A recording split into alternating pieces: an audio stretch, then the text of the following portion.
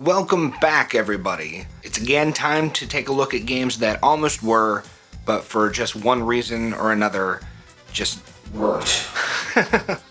Sometimes it's a good thing when games get canceled, and sometimes the world really misses out. It's time to see if we were denied some gems. We've got 5 Atari 2600 games to take a look at that were never officially released. First up, we have Dukes of Hazzard. The Dukes of Hazzard was an immensely popular TV show that aired between 1979 and 1985 about two good old boys fighting the system like two modern-day Robin Hoods. Though the show was a little before my time, it was still everywhere when I was a kid, being shown on TNN after school with friends of mine watching it religiously. I don't really remember a whole lot about it, just that there were always car chases that were interrupted by commercials, that I liked Uncle Jesse, and that Daisy stirred feelings in me that I didn't quite understand. There were Dukes of Hazzard video games released for the ColecoVision and the ZX Spectrum, but the Atari 2600 release was canceled in 1983. The game was nearly completed when it was canceled. According to the programmer Mark Hahn, the unfinished game was actually produced on ROM chips in large quantities with the intent of releasing it before canceling it at the last minute. They cited their displeasure with the graphics as the reason.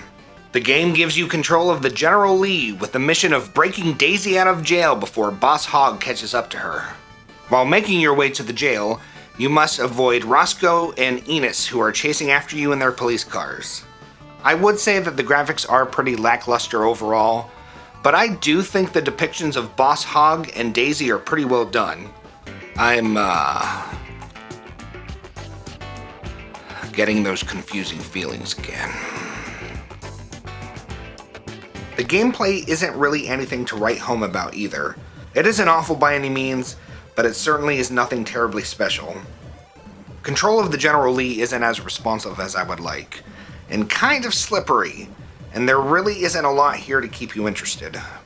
There is an item on the ground that you can pick up and then lay behind you in order to trip up some of the cop cars, but sometimes I would just be able to pick it up, and other times I would wreck when I touched it, and I'm really not sure why. Something that was really frustrating is how the enemy cars react when you're too close. They will just leap at you when you get a certain distance away, which is very frustrating and feels very cheap. After you successfully rescue Daisy, there is a second screen where you take part in one of those iconic car jumps the show is known for.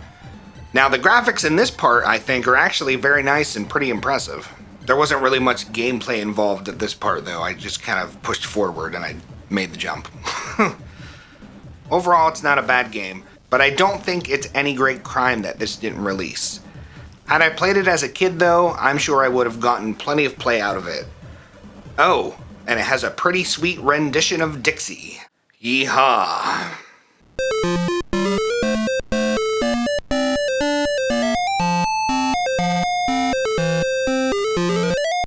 Next up, we have Dumbos Flying Circus.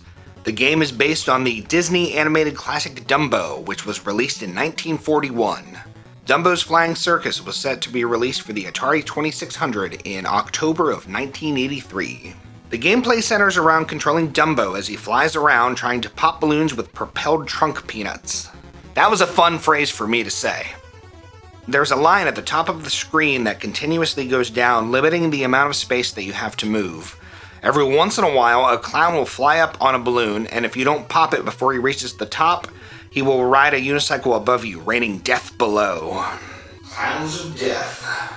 The game happens in waves, and after a wave, Timothy, who, honestly, I could not remember what the name of the mouse was, and then when I went to look it up, I did not remember that the mouse in this movie's name was Timothy. I just don't remember that at all. Wasn't it something like Flip Dippy? Not Timothy, I don't remember that. The game happens in waves, and after a wave, Timothy will jump out, giving you a big score bonus if you catch him. There are a few game variations, but I am unsure of what all of them do. Some of them allow you to travel through the line at the top of the screen. Graphics are fairly sparse, but everything is recognizable, except for whatever this thing is supposed to be. And I thought the animation of Dumbo and the clowns was pretty well done. I'm getting that strange feeling again. I quite enjoyed my time with it. The gameplay is very simple, but it kept me engaged for longer than I had expected. I am a simple creature with simple needs. Dumbo took a while for me to really get a hang of controlling him, but after I got used to it, I found the gameplay loop to be fairly satisfying. Overall, it is a pretty mediocre experience, but one in which I found some value in the time that I spent with it. I would have eaten this up when I was a kid. I think it's a shame that this was never released, because I think it's a pretty good game for younger kids to enjoy. There is some challenge, but it takes some time working up to that. Check it out. I think it's worth at least a 5-minute gander.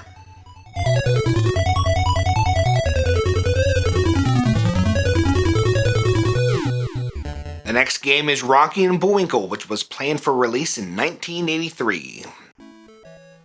The game is based on the well-loved and immensely influential cartoon that ran from 1959 to 1964. I had this cartoon on VHS growing up and wore out the tape from watching it so much. Rocky and Bullwinkle still holds up to this day. I don't think that will be said about certain other cartoons of the more modern era. Don't at me. I've been recently playing the Rocky and Bullwinkle game on the NES, and I'm happy to report that this unreleased Atari game is vastly superior to that turd. So, that's good. I didn't think much could be worse than that. A press kit from the time offers this description of the game. Rocky and Bullwinkle must stop the evil Boris and Natasha from robbing a train full of priceless valuables.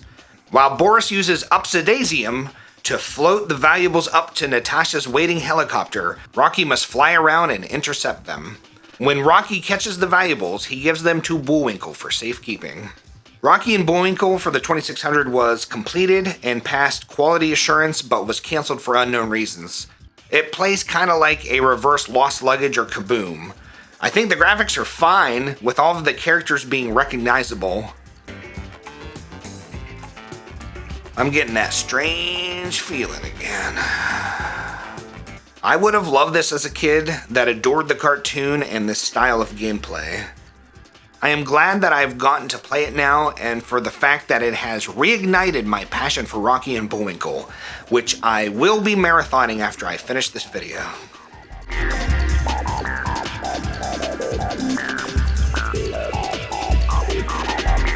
Next up is Miss Piggy's Wedding.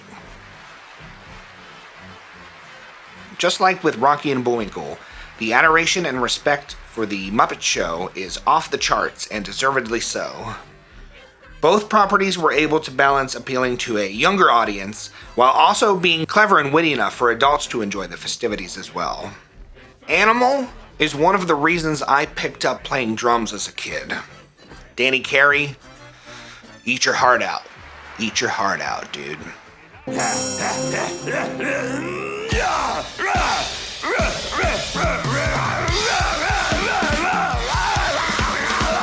The gameplay revolves around one player controlling Kermit, who has gotten cold feet trying to evade Miss Piggy, controlled by the second player. The goal as Kermit is to make it out to the taxi, and the goal as Miss Piggy is to catch Kermit. I think it's a really cute idea, but sadly the prototype that I have is unfinished, and it seems that all of the prototypes that exist are incomplete. The graphics aren't mind-blowing, but Kermit, Miss Piggy, and Gonzo are all recognizable. There's that feeling again. What is that? Should I, contact a doctor? I don't know what's going on with me today. Whew. I need water. These blocks on the screen are meant to represent wedding guests that serve as obstacles in the game. I had fun imagining what could have been while playing, but there's really not a whole lot to this prototype. Would it have been a decent game had it been finished? It's hard to say. Without some serious tweaking, this is a pretty mediocre experience, and if the gameplay would have stayed close to this, it would have been pretty lackluster as a release. But I have no idea how close to completion this really was, and how the gameplay would have differed in the final release. I do think it is a shame that this never came out, because regardless of the quality of the final product, I would have loved having a 2-player game based on the Muppets when I was a kid. I played the crap out of Muppet Adventure for the NES, and that game is not very good. Just the fact that it was the Muppets kept me playing. Miss Piggy's Wedding is a curiosity that might be worth checking out for a few minutes just to get a glimpse at what could have been.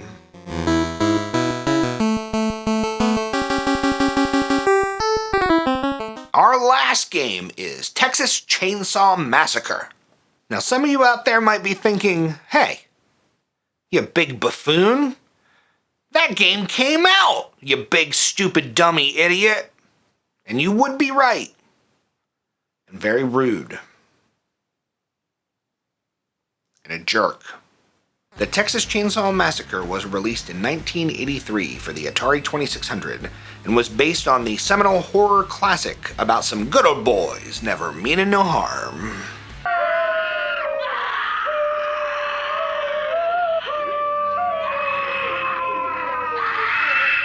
The game allowed you to take control of Leatherface while trying to murder anyone who crosses his path as he dodges fences, cow skulls, and wheelchairs, which always made me chuckle. Oh, Franklin. The game isn't anything terribly special, but it is one that holds a special place in my heart, being one that I pull out every year to play around Halloween time. Being an avid fan of B-movie goodness, the coolest thing about Texas Chainsaw Massacre for the 2600 is the fact that it was released by Wizard Video Games. And you may be thinking, well, who the heck is Wizard Video Games? Wizard Video Games was a subsidiary of Empire International Pictures, Charles Band's film studio at the time. Charles Band is the man that brought us the Puppet Master series and the auteur behind Evil Bong and the Ginger Dead Man, which features Academy Award nominee Gary Busey. What we were talking about here today is actually the original version of the game. I am unsure as to why the decision was to make an entirely new game, but I have my guesses. Say what you will about the version that was released, but the original version is vastly inferior. The gameplay is on a static screen with two stick creatures among blocks of varying colors. Hey. Getting that strange feeling again. In this version, you still control Leatherface trying to unalive innocent people, but it is very underwhelming. Pushing the button spawns a block, but I wasn't really sure what that was accomplishing. I was able to pass through it, but I am unsure if the other character could or not because the CPU would just not go anywhere near them. I wasn't able to be very successful in this game, but I wasn't really compelled to try and do better. There is just no personality to this version, and I just got frustrated with getting shot in my leather face. I am glad that the decision was made to start over, as I find the released version to be vastly superior. Worth a look if you're into game history or the Texas Chainsaw franchise, but no great loss to the greater public.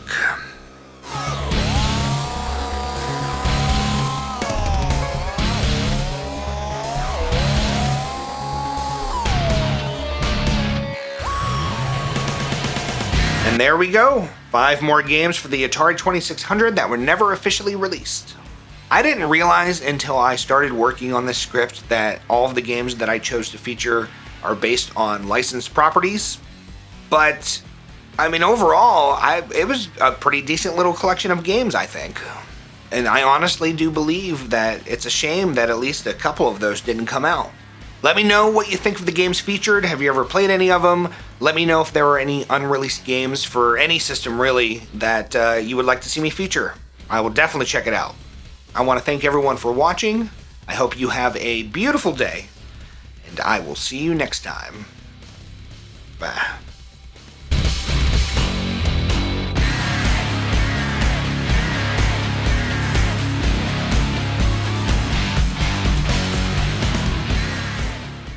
Just some good old boys. Never did bear. Never took in the car.